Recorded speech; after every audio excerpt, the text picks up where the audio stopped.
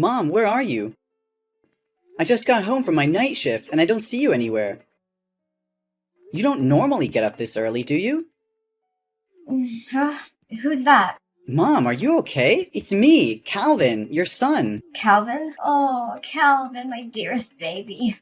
Why are you texting me now? Shouldn't you be going to school now? Mom, I finished high school a week ago. I only need to attend the graduation ceremony in the next few days, so there's no need to go to school anymore. Oh, I see. Why are you texting me now? Shouldn't you be going to school now? Mom, you just asked the same question and I just answered it. Are you sure you're really okay? Oh, really? I just didn't pay much attention. I think I'm still not fully awake. Then why are you texting me? I just wanted to ask where you are. What do you mean you're not awake? Are you hanging out with some friends you made recently and getting drunk again? Well, it's almost the same thing. Mom, are you drinking on an empty stomach again? Seriously, I haven't seen you eat anything lately. The dinner I prepared you last night before going to work is still on the table. Oh, I'm fine. It's just that I don't feel very hungry these days. It looks like you haven't showered for a few days, have you? I just collected the dirty clothes in the bathroom to wash. But I didn't see any of your dirty clothes. And you've been wearing the same clothes for the past 3 days. Are you really okay? I'm losing my patience with you, Cal. Quit nagging me. Worry about yourself, Calvin. I told you, I'm fine. Calm down. I'm just asking if you're alright. It's impossible to have a conversation with you. Well, good, because I don't feel like talking. But really, Mom, you have to take care of yourself. What you're doing is very unhealthy. Why are you acting like my parent? I'm the parent here. Well, obviously, the roles have changed. I'm taking care of you now. Nobody asked you to take care of me. You're not the man of this house. You're just a kid. Okay, I'm graduating and turning 18. I'm the only man in this house since my dad passed away 5 years ago in a hit and run. It carries some weight. Look, I'm just trying to help out. Oh, I feel so free. And I love my kid. Okay, since we're talking about school, are you still coming on next Friday? For what? Calvin, you're messing up my chill. God, it's annoying. The message alarm just keeps ringing. For my high school commencement. Well, I don't know. I'll try. I might be busy, though. I might.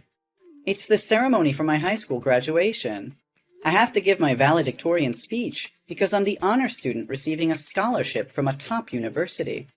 Ugh, Calvin, seriously, it's not a big deal. What's the problem? This is a big deal! Mom, what's wrong with you? You were just excitedly talking about, oh, my baby's graduating 1 week ago. Now it's not a big deal with you anymore? Okay. Whatever you want. We'll talk about this after you get home. By the way, I just got my salary from my part-time job today. So I've saved up enough money to pay my tuition fees for the first year and still have some left over. So tonight, we're going out for a meal to celebrate. I'll treat. Oh, the college money thing? I was going to talk to you about that too. Oh, you don't have to worry. I've already saved enough money. Next year, I'll continue working part-time to earn more money for the next year's tuition. You don't need to worry about that. Oh my God, Mom, where's all my money? I just checked my money box and it's empty. What happened? Is there a thief in the house? No, the room was immaculate, with no signs of rummaging. It's like the person who took the money knew exactly where I hid it and went straight for it. Mom, it was you, right? What? How could you suspect me? Why not one of your friends or somebody else? Come on, Mom. I haven't told anyone about saving this money except you. I've never brought friends home, so how would they know where I hid the money? The digital password on the money box shows no signs of tampering, and the password is a special sequence of numbers between you and me. Only the two of us know it. Fine, it was me, but you shouldn't doubt your own mother, Cal. What? Did you spend my money without even consulting me? Do you realize that's the money I've been saving for 3 long years? I had to work 2 or 3 part-time jobs during the holidays, and even take on night shifts. Even during the school term, I worked as a babysitter or gardener for the neighbors just to save every penny. I know our family's financial situation isn't good, so I worked tirelessly to save that money for college without burdening you. But now, why did you take all that money? Oh, baby, I know how hard you've worked. But you see, I just got laid off by my company and I'm unemployed now. Yesterday, one of my friends introduced me to a highly lucrative job opportunity. But since I didn't have any money saved, I borrowed from you temporarily to invest. What? You took all of my hard-earned $8,000 to invest in a job based on a promise from a friend you've only known for a few days? How could you do that? What is that job? How can you be so sure it will be profitable? Are you sure they're not trying to deceive you? Oh, don't you worry. I've been through this job before. You can trust me. Within just 1 month, the money I borrowed from you will be returned and multiplied many times over. It'll be more than enough to cover your tuition fees for all 4 years of university. We won't have to worry about finances anymore. What? How can any job generate that much money in such a short time? Are you absolutely certain they didn't mention those figures just to deceive you? Don't worry. I swear on everything I hold dear, this job will transform our lives. But right now I have to go and secure the merchandise. We'll talk about it later. Mom, slow down. We need to think this through before jumping in. This is our last remaining savings. Mom, please, answer me. Don't make impulsive decisions that could ruin us. Hey, Cal, have you delivered all the packs I asked for? My customers are placing more orders, so I need to go and import more goods to sell. It's incredible. It's only been 3 days and I've already doubled my profits. Yes, Mom, but I'm really curious. What are you selling that has so many people buying it at such high prices? Each small pack is worth a few $100s. And your customers? They make me really worried. I see students, elderly individuals, and even some rough-looking people with tattoos. Mom, why can't you tell me what you're selling? Since the day you started this business, you've always locked your room and never let me in. Isn't the packaging on the outside of the packs clear enough? Doesn't it say tonic for the soul? You can read, right, Cal? It's just something that brings happiness, comfort, and an escape from the harsh reality. There's nothing to worry about. The product is just quite expensive, so I lock my room to prevent theft. You're overthinking things. Mom, I'm not buying it anymore. I've checked all the pharmacies around here, but I couldn't find any such supplements. Besides, you don't have a pharmacy degree or any knowledge of chemistry to be selling medicine. Mom, let's be honest. What are you really selling? Also, the people I've been delivering to lately bear a striking resemblance to you. They all have needle marks on their arms, just like you. What are you talking about?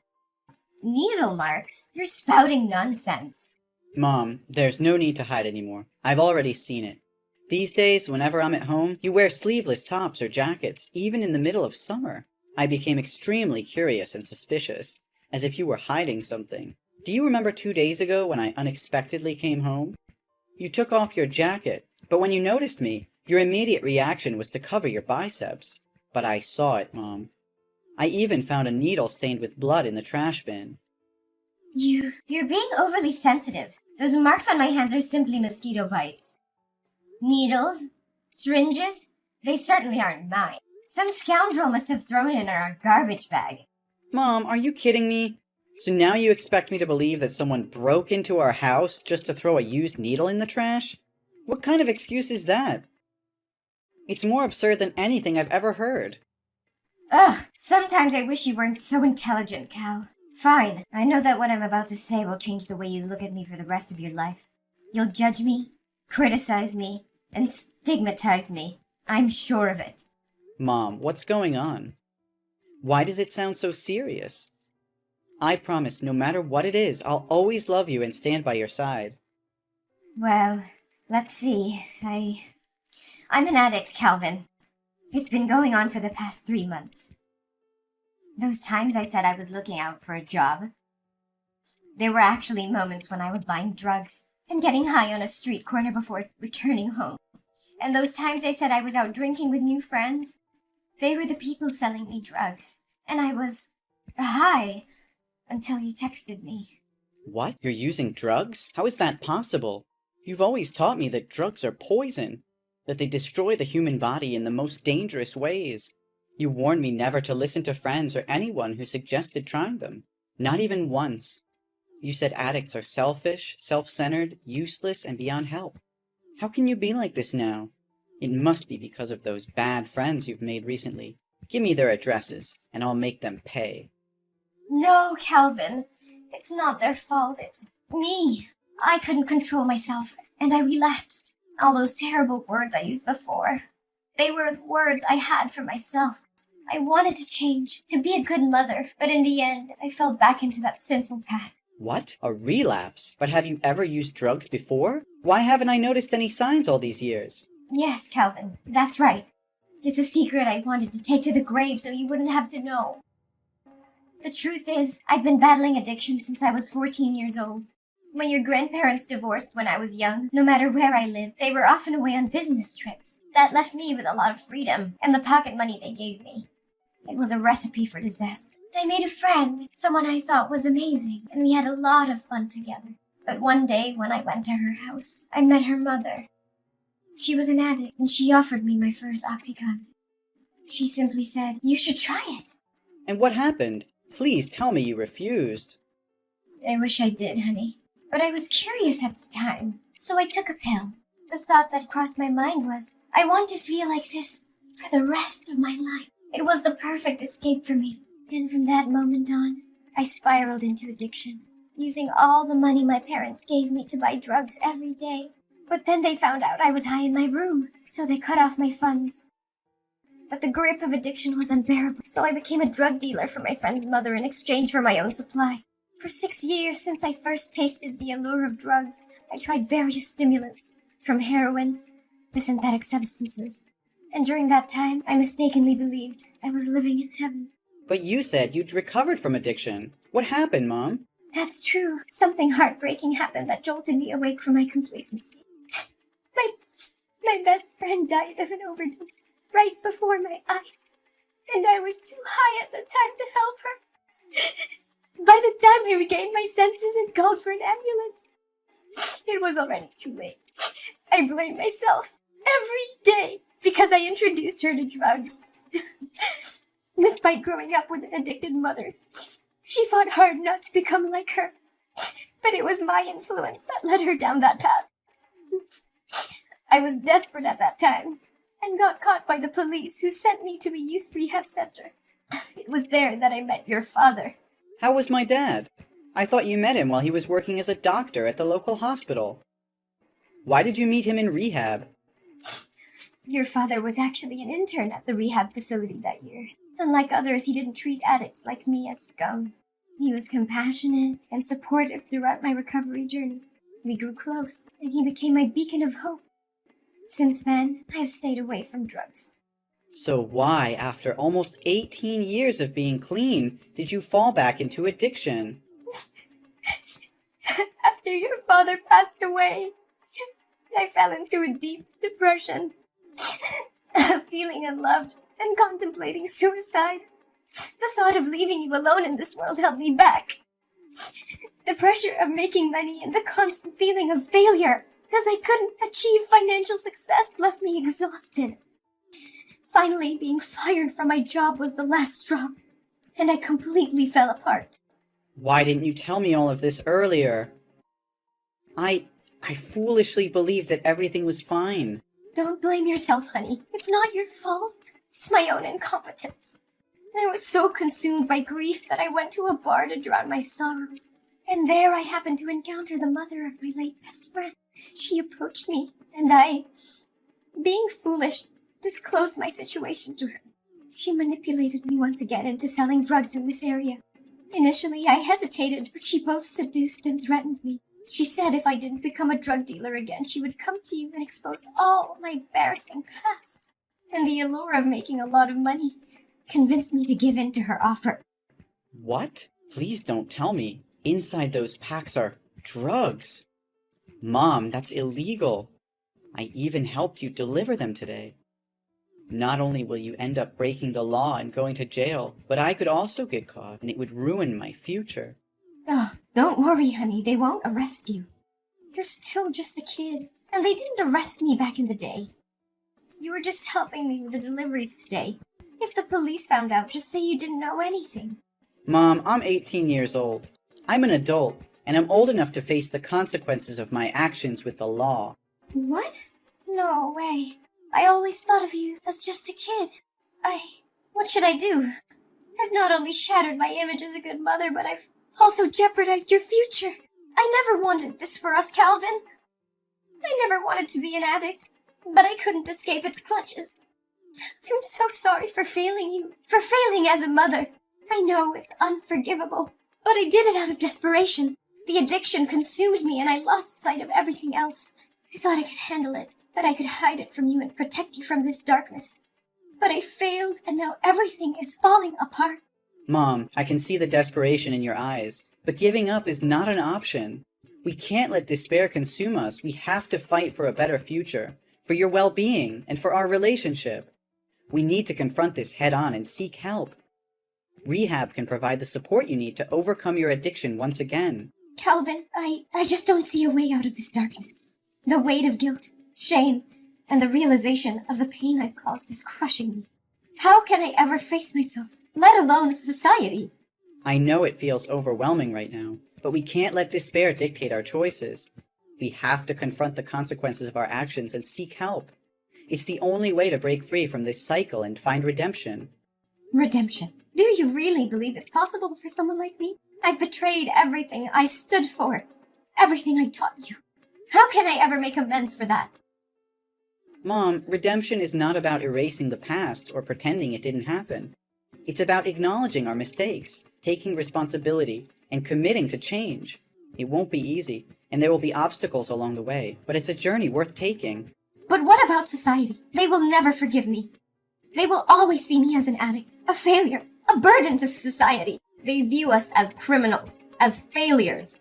Even if I go to rehab, who will hire me afterwards? Who will give me a chance? I'll be forever labeled as an addict. How can I face their judgment, their scorn? Society can be harsh, Mom, but there are also compassionate people who understand the struggles of addiction. Besides, you still have me. I'll always be here and accompany you like my father did with you. We can find a path where you can heal and rebuild your life without constantly living in fear of judgment. I want to believe, Calvin. I want to believe that there's still hope for me, for us. I'll try.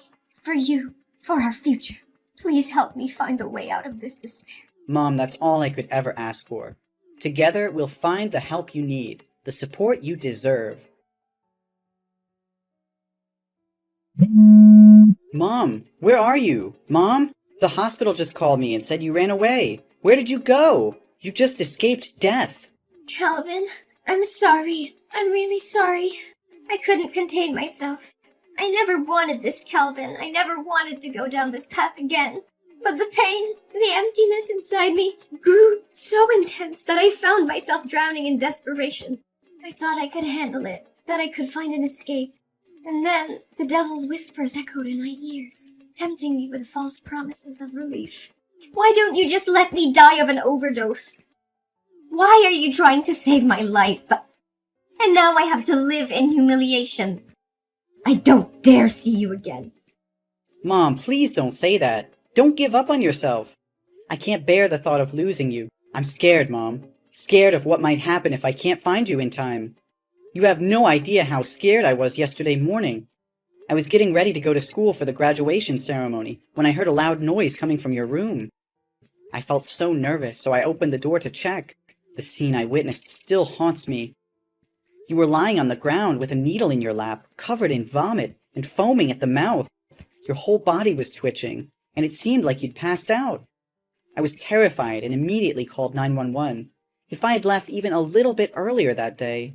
Calvin, I'm so sorry for putting you through all this pain. I never wanted to hurt you. The depths of my despair consumed me, clouding my judgment and blinding me to the love and support you've given me. Mom, you're not alone in this. I know it's hard, but we can fight through it together. Your life is worth living, worth fighting for. I won't let you slip away into darkness. Please, let me help you. Help me? Calvin, I'm beyond help. I've let you down, failed as a mother, And now I'm dragging you into the depths of my own despair. I can't bear to see you suffer because of me. No, Mom, you haven't failed me. We all make mistakes, and I refuse to believe that this defines who you are.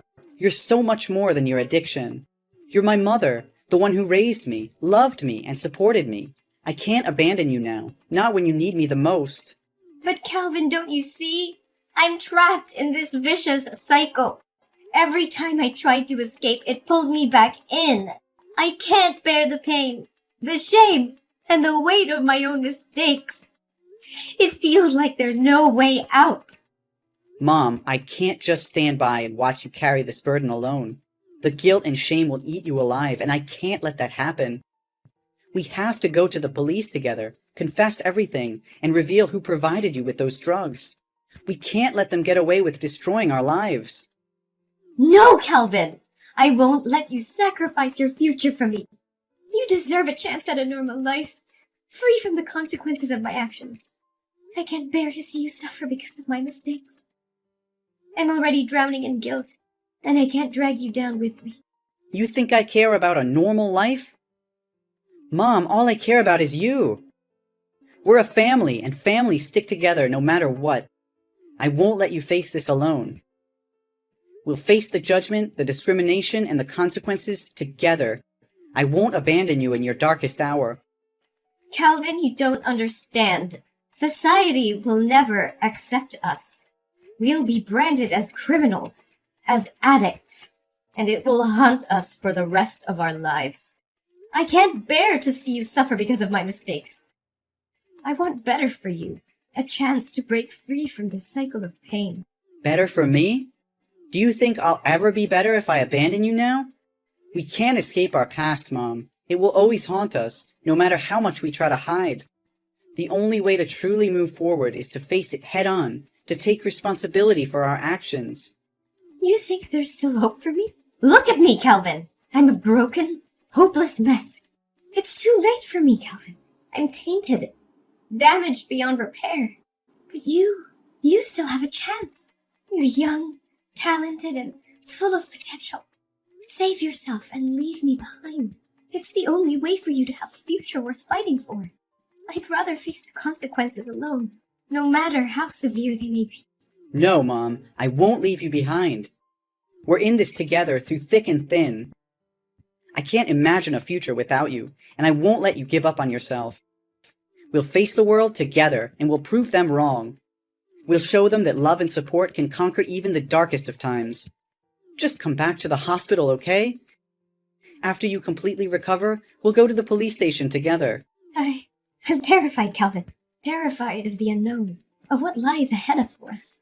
But seeing the determination in your eyes, the unwavering love you have for me, gives me a glimmer of hope. Maybe, just maybe, we can find a way to rebuild our shattered lives together. Let's face this storm, hand in hand, and never let go. After a long and arduous legal process, Mom was sentenced to 7 years in jail for her involvement in illegal drug trafficking. It was a heavy blow to both her and me, knowing they would be separated for such a long time. However, there was a glimmer of hope amidst the darkness. During the trial, Mom made a courageous decision. She decided to reveal the identity of the leader of the drug ring, providing crucial information to the authorities. Her willingness to cooperate and assist in dismantling the operation earned her a reduction in her sentence. Instead of serving the full 7 years, her sentence was reduced to 5 years. As for me, the court recognized my genuine remorse, and the fact that I had been caught up in my mother's desperate struggle. Despite my involvement in transporting drugs, the judge saw potential for my rehabilitation, and granted me a suspended sentence of 1 year, giving me a chance to turn my life around. The sentencing was bittersweet, as we knew we would be apart for a considerable period. But it was also a turning point, a chance for us to rebuild our lives and make amends.